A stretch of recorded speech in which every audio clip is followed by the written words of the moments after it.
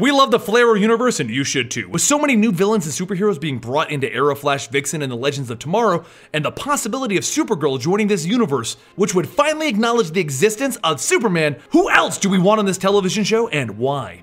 Also, I'm gonna base this list off their possibility in the show, not some completely out there idea like Anti-Monitor or something like that. For my number 5, I'm gonna go ahead and pick Swamp Thing. Now, Swamp Thing is a vitally important character to the DC universe, even though he isn't featured prominently.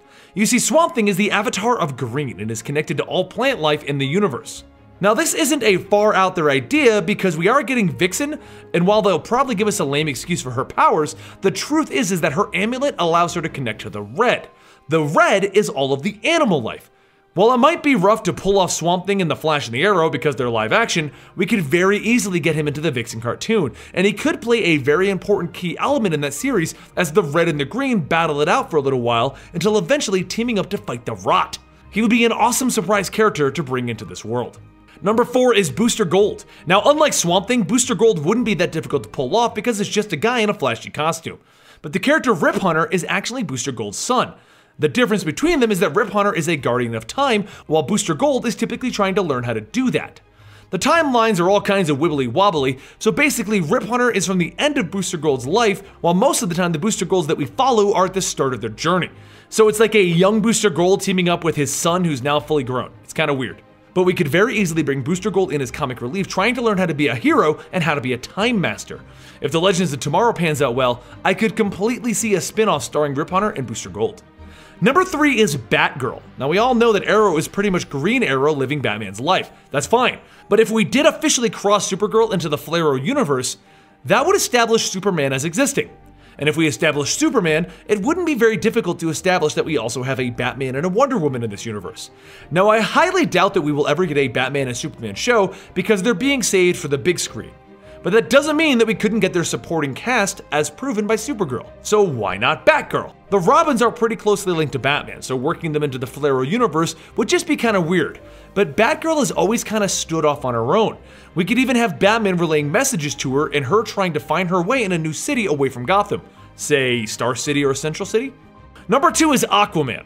Okay, this one might be a tad reaching, but with the island and Central City being on the coast, why couldn't we eventually have a Aquaman TV series? Something like that could finally bring Aquaman out of being the butt of every Super Friends joke and make him cool in the eyes of the mainstream public once again. I know you can go ahead and say, oh no, Aquaman is getting a movie, we can't use him. But we do have a Flash movie coming based on Barry Allen, which proves that they're willing to use the same characters for both movies and TV shows. If we were to explore Aquaman, he could very easily hold his own in a series with his lore going into Atlantis, Mara, the royal family. He has some of the richest lore in DC Comics, and it could add a whole new element to both Flash and Arrow if they needed to deal with underwater elements and seafaring attacks. Number 1 is the Green Lantern. Now, we already made a video explaining all of the Green Lantern Easter eggs, so I won't list them all over here again verbatim. But the fact is, CW is heavily implying that we're going to get Green Lantern by next year. Or they're heavily teasing us so that we forever request it and never give it to us. We have things like Oliver going to Coast City, Ferris Airfield popping up repeatedly, and news of things like a pilot going missing. But there's been another bit of potential subjective evidence lately. They renamed the Green Lantern movie to the Green Lantern Corps, which opens up the doors for them to use all kinds of Green Lanterns. So maybe we could get Kyle, or Hal, or John, or Guy on the show, and then they could use another one from the movie, and there wouldn't even be that much confusion like we're about to get with The Flash. So in this comment section, let's have a little bit of fun. Give me a character you want in the universe, and then let me know how they could work in the universe. I mean, we all want Blue Beetle, but how would he function? I'm Benny for CTV, and if you want to chat with me, follow me on Twitter @Comicstorian and Instagram @Comicstorian. And don't forget to check out these other videos on the screen right now, you just might like them.